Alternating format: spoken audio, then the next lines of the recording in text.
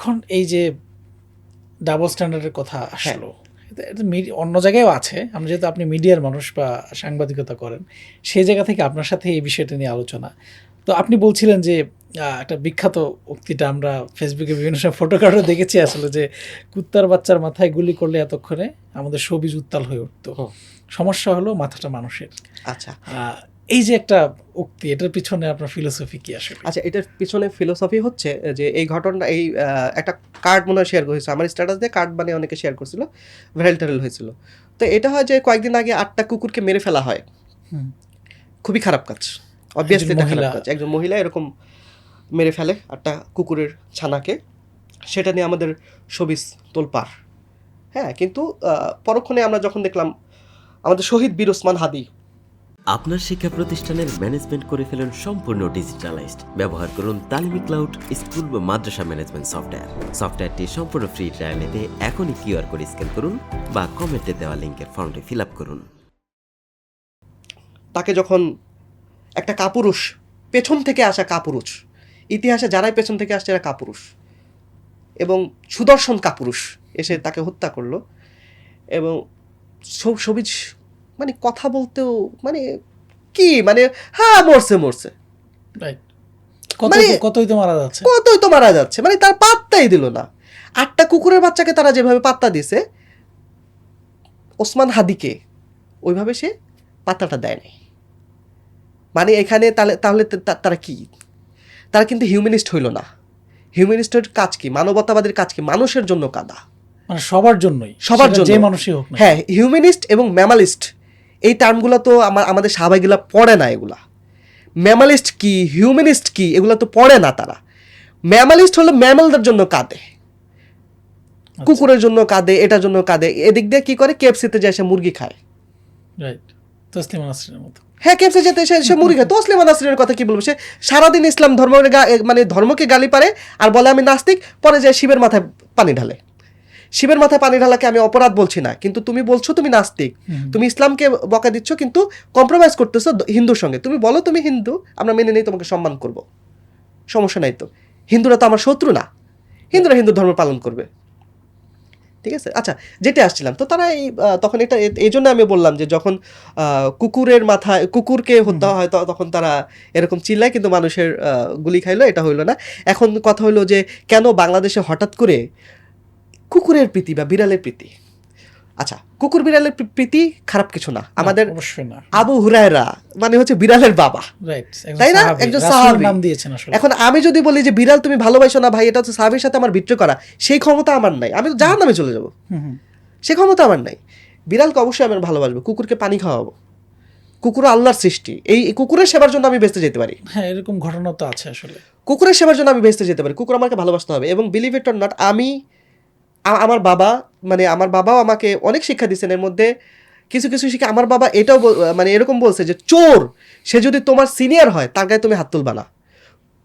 আমার বাবা কখনোই অ্যালাউ করতেন না আমি কুকুর বিড়ালকে ইটা মারলে আমাকে আর কি মানে বইকা সর্বনাশ করে ফেলতো। এবং আমি কখনো চিন্তাও করতে পারি না আমি কখনো কোনো কুকুরের গায়ে বা বিড়ালের গায়ে ইয়ে করবো। তার মানে কি আমার ভিতরে কুকুর বিড়ালের প্রেম নেই? আমার ভিতরে আছে। তার মানে কি আমি কুকুর বিড়ালের এগনিস্টে না? আমি তো কুকুর বিড়ালের এগনিস্টে যাইতে পারবো না, কারণ আবু হুরায়রা আমাদের সাহাবী, উনি বিড়াল পালতেন। আমি তো কুকুর বিড়ালের এগনিস্টে যাইতে পারবো না। তাহলে আমি কোনটার বিরোধিতা করি? বিরোধিতা করতেছি একটা বড় ইন্ডাস্ট্রি গড়ে উঠতেছে বাংলাদেশে, সেটা হলো পেট ফুড। রাইট, পেট ফুডের একটা বড় 400 কোটি টাকার খাবার লেনদেন হয়েছে বাংলাদেশে। মানে as I know, I am not sure যে সত্য না মিথ্যা, এটা আপনারা ক্রস চেক করে নেবেন। আমি সবাইকে অনুরোধ করছি আমার দেয়া তথ্যগুলো ক্রস চেক করে নেবেন, ঠিক আছে? কারণ আমি যে গণমাধ্যমে দেখি সেটা ভুল হইতে পারে, ফলে আমার কথাই যে একদম অকাট্য এরকম না। কিন্তু আমরা স্বাভাবিকভাবে দেখছি বাড়ছে, হ্যাঁ বাড়ছে। তো বাড়ার জন্য ওই যে বললাম যে রাজাকারিজম, পাশ্চাত্য চাচ্ছে এই ইন্ডাস্ট্রিটা বাংলাদেশেও হোক। তাইলে এখন কিছু রাজাকার লাগবে যারা এই যে পাশ্চাত্যের এই কালচারটাকে এখানে নিয়ে আসবে। রাজাকার কে হবে? এই ক্রিকেটাররা, এই অভিনয় শিল্পীরা। ম্যাক্সিমাম অভিনয় শিল্পীদের বাসায় একটা করে কুকুর। এটার পিছনে কত টাকা খরচ করে জানেন আপনি? একটা শেল্টার হাউসে একটা বিড়াল, ধরেন আপনি বেড়াতে যাবেন একটা শেল্টার হাউসে, আপনি একটা যদি বিড়াল রেখে আসেন বা আপনার ঘরে 2টা বিড়াল আছে, ওটা যদি রেখে আসেন 1 মাস রাখতে কত টাকা লাগে আপনি জানেন? খবর নিয়ে দেখেন। এই টাকাটা না ভাই, ওই যে রাস্তায় ঘুমাচ্ছে যে ছেলেটা, ওই যে মানে রাস্তায় রাস্তায় ঘুরে, এর পেছনে খরচ করলে হয়। আচ্ছা, কুকুর যেই ক্রিয়েশন বা যেই মানে যে জীব, ও কি ঘরে থাকার জন্য মানে তৈরি হয়েছে? ওর জন্য কি আদর্শ যে পরিবেশ সেটা কি ঘরে? গৃহপালিত না আসলে কুকুর। এক্স্যাক্টলি, আপনাকে বুঝতে হবে। আপনাকে যদি জঙ্গলে রেখে আসি, যতই আদর করুক আপনার জঙ্গলে ভালো লাগবে? আপনি তো জঙ্গলের জন্য তৈরি হন নাই, কুকুরও ঘরের জন্য তৈরি হয় নাই, তাহলে আপনি জোর করে কেন তাকে ঘরে আনতেছেন? কুকুর তো প্রতিবাদ করতে পারে না দেখে আপনার মনে হচ্ছে যে কুকুর এখানে ভালো আছে। কুকুর যদি প্রতিবাদ করতে পারতো আপনাকে বলতো তুই আমার ভাই জঙ্গলে রেখায় বা আমার জেনে জায়গা ওখানে রেখায়, আমার এই তোর এই সুন্দর বিছানা ভাল লাগে না, এই সোফার আমার ভাল লাগে না, বলতো ভাই। তো এইটা কোন কথা যে কুকুরের যে স্বাভাবিক যে পরিবেশ ওইখান থেকে আপনি কুকুরের নিয়ে এসে রাখতেছেন ইয়ার মধ্যে, জঙ্গলের মধ্যে, আপনি আপনার বেডরুমে আপনি রাখতেছেন। আচ্ছা, আপনার বেডরুমে কি রাখবেন সেটা আপনার ব্যাপার, সমস্যা নেই। আপনি কুকুর ভাল লাগবে, ভাল লাগতেছে, সব ভাল লাগতেছে, সমস্যা নেই, হ্যাঁ। কিন্তু আপনি দেখাচ্ছেন কি এটা কুকুর বিড়ালের ভালোবাসা, আসলে তো ভালোবাসা না। আপনি একটা ব্যবসায়ী সিন্ডিকেট তৈরি হয়েছে, সেই সিন্ডিকেটে বাংলাদেশে ব্যবসাটা যেন বড় হয় এই জন্য আপনি সবাই মেসেজ দিচ্ছেন কুত্তা পালো, বিলাই পালো, কুকুর পালো, বিড়াল পালো, এদেরকে ভালোবাসো, এটা করতেছেন। আপনি কেন 2 নাম্বার? আপনি এই কারণে 2 নাম্বার, কারণ আপনি যদি আসলে প্রাণীপ্রেমী হইতেন, আপনি ওই যে ঢাকা চিড়িয়াখানায় যায় বলতেন যে ভাই আল্লাহর রাস্তায় এগুলো সব ছাইড়া দাও, অথবা এদেরকে অনুকূল পরিবেশ দাও, এদেরকে ভালো মতো খাওয়াও। রাইট। এখনো হয়তো যে লাস্ট 3-4 বছর আগে যে দেখছি 2টা বাঘ আনছে মোটা তাজা চিড়িয়াখানার বাঘ, সিংহ, বিভিন্ন প্রাণীগুলোর অবস্থা দেখছেন আপনি? এদের দিকে তাকানো যায় না ভাই, কঙ্কাল হয়ে যাচ্ছে। এবং কি অবস্থা এদের অযত্ন, এদের বিরুদ্ধে এদের নিয়ে তো কথা বলতেছে না কোনো তারকা, কেউ কোনো কথা বলতেছে না। কেএফসি হাজার হাজার মুরগি নিধন করতেছে। মুরগির বাচ্চা কিভাবে মারে জানেন? মানে যেই পুরুষ মুরগি আর নারী মুরগি, পুরুষ মুরগি তার ডিম দেবে না, বা পুরুষ যেগুলো হয় মুরগির বাচ্চা আর কি, ডিম দেবে না, এদেরকে কিভাবে হত্যা করে আপনি জানেন? এভাবে ওদেরকে হত্যা করে যে একটা বড় পলিথিনে ঢুকায় ওটারে ভ্যাকিউম করে ফেলে, নিঃশ্বাস না নিতে পারে মারা যায়। কেউ কথা বলছে? কেউ কথা বলে নাই এটা নিয়ে। কারণ হচ্ছে ওই মুরগির জীবনের দাম নাই, কারণ মুরগির জীবন দিয়ে ব্যবসা হয়, কেএফসি ব্যবসা করে। কুকুরের জীবনের দাম আছে, কারণ হচ্ছে কুকুর নিয়ে এখনো কুকুরের মাংসের কোনো ব্যবসা গড়ে ওঠে নাই। কুকুরের মাংসের আজকের ব্যবসা গড়ে উঠুক, কালকে থেকে এরা কুকুর নিজের ঘরের কুকুরে না জবাই দিবে।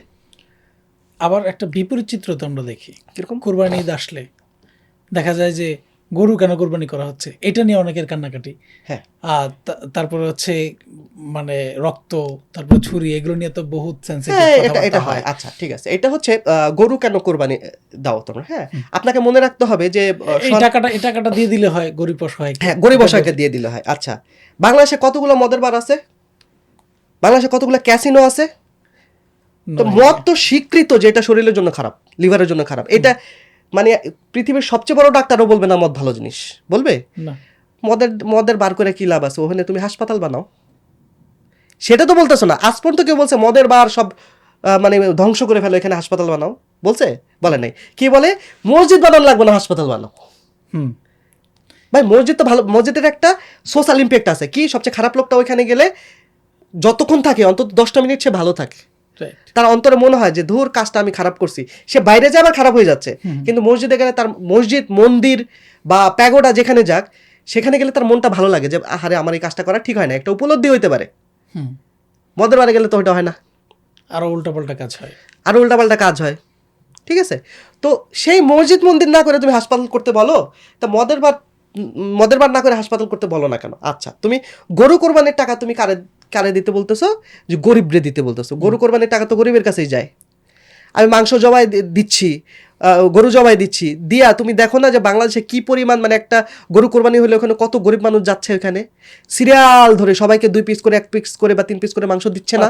বছরে 2টা দিন, একটা কোরবানির ঈদের দিনে বাংলাদেশের কোনো মানুষ এক বেলা মানে না খায় থাকে? মানে কোরবানির ঈদের দিনে গরু মাংস খায় না এমন কোনো মানুষ আছে বাংলাদেশে? কোরবানি ঈদে খায় না, সে গরিব হোক বড় লোক হোক, খায় না? খায় তো। তোমার এমন কোন ইনস্টিটিউট আছে যে সারা বাংলাদেশের মানুষকে একযোগে একদিনে গরু মাংস খাওয়াইতে পারবে? কোন ইনস্টিটিউশন নাই, সম্ভব না। মুসলিম ইনস্টিটিউশন, কোরবানি হচ্ছে সেই ইনস্টিটিউশন। কিন্তু তুমি ওটা বাধা দিয়ে বলতেছো গরিব মানুষ দিতে পারি। গরিব মানুষ দিচ্ছি আমি, আমরা তো দিয়ে দিচ্ছি। গরিব মানুষ আমি করছি, গরুর মাংস খাওয়াচ্ছি, আমি আমার আত্মীয় স্বজনদেরকে আমি ফিডিং করছি, আমি খাওয়াচ্ছি আমার মাংস, আমি নিজে খাচ্ছি। আমার কম হলেও মানে গরুর মাংসের উপরে 3-4 দিন তো আমার চলতেছে, সারা বাংলাদেশ খাচ্ছে। ভালো থাকতেছে 3-4 দিন। ধরেন এরকম যদি হইতো কোনো একটা ইনস্টিটিউশনের উদ্যোগে হ্যাঁ সারা বাংলাদেশের প্রত্যেকটা মুসলিম সে হ্যাঁ। গরুর মাংস খাইতে পারলো, হ্যাঁ এটা বিশ্বে কত আলোড়ন তৈরি করতো। আলোড়ন তৈরি করতো। যদি কোনো একটা সেকুলার ইনস্টিটিউশন এটা করতো যে আমরা অমুক তারিখে বাংলাদেশের প্রত্যেকটা মানুষকে একবেলা গরুর মাংস দিয়ে ভাত খাওয়াবো, ভাই এটা নিউজ হয়ে যেত, এটা নোবেল পুরস্কার পাইতো। আসলে অথচ আমরা কোরবানিতে তো সেটাই করতেছি। আমরা অন্তত একটা দিন, আমি জানি একটা দিন না 3-4 দিন গরুর মাংস খায় কোরবানির পরে, অথচ আমি ধরলাম একদিন ভাই রাস্তায় যে যাদেরকে তোমরা গণমানুষ হিসেবে ধরো না, রাস্তায় যে শুয়ে থাকে সেও গরুর মাংস খায় সেই দিন। আলহামদুলিল্লাহ, আল্লাহ সেই রিজিক তারে রাখছে। তাই তুমি কি বলতেছো গরুর মাংস কি কোরবানি না দিয়ে ওই টাকাটা গরিবকে দিতে? তোমার এই সেন্সটাই নাই, ওটা গরিবের কাছেই যাচ্ছে। আচ্ছা, এইবার তুমি আসো পহেলা বৈশাখে, 1 কেজি গরুর মাংসের দাম কত? 800-700 টাকা। 700, ওই যে কদিন আগে কিনলাম 785 মনে হয়। ভাই একটা 750 একটা মিড সাইজের মানে ইলিশের কেজি কত? 1200 টাকা, 1600 টাকা পর্যন্ত উঠে, 1800 টাকা পর্যন্ত উঠে না? তুমি তো কও না যে এইসব আজাইরা ইলিশ পান্তা এগুলা খাওয়া দরকার নেই, গরিব দাও।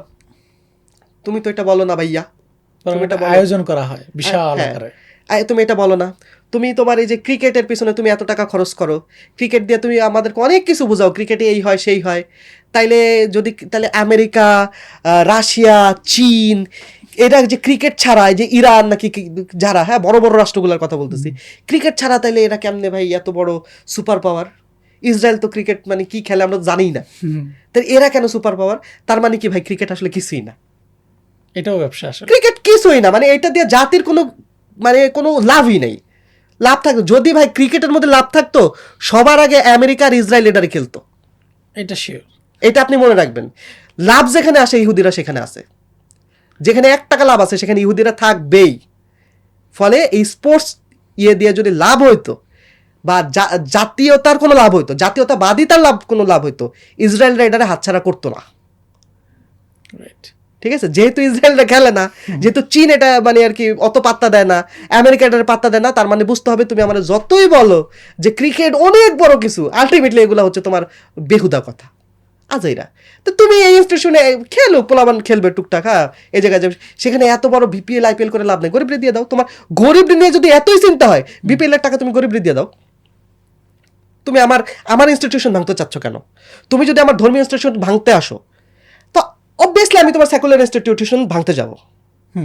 তুমি আমার মন্দির ভাঙলে, তুমি যদি আমার মন্দির ভাঙো, আমার মসজিদ যেমন ভাঙো, তেমনি তুমি যদি আমার মসজিদরে বলো যে মসজিদ ভাঙ্গা তুমি হাসপাতাল বানাইতে চাও, আমি তো বলবোই যে তুমি মদের বার ভাঙ্গা হাসপাতাল বানাও।